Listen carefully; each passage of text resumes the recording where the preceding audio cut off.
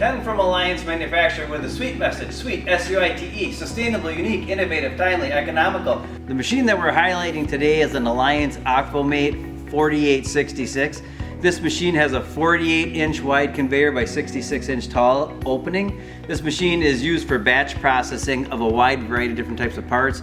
You could put parts in the machine, you could put fixturized parts, you could put containers.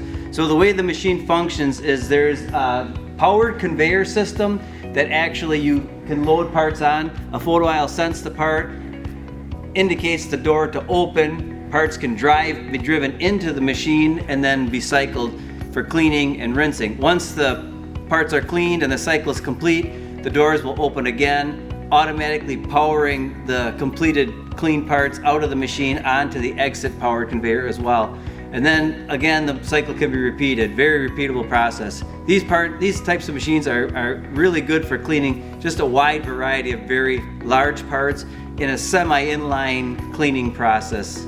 We can do all types of cleaning for different types of products, different industries, but if you're interested in something of this nature, please check us out today. You can find us online or call us at 1-800-969-7960. Again, Ken from Alliance, and have a sweet day.